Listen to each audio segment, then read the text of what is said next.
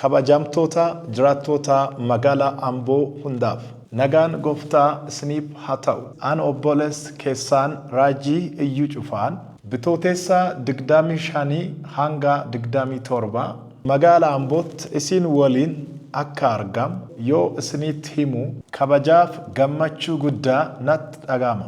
Kan waan ta'eef guyyootaan amma isinitti himee kanneenitti istaadoomii magaalaa Ambootti akka argamtaan isin affeeruu dhufe. Anillee isiniin wal arguuf hawwii guddaa qaba.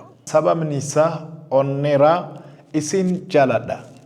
Si jabaanee jabaa, si jabaanee jabaa, gubbeef qilleensa jajaa. Si jabaanee jabaa, afaan leencichaa qaba.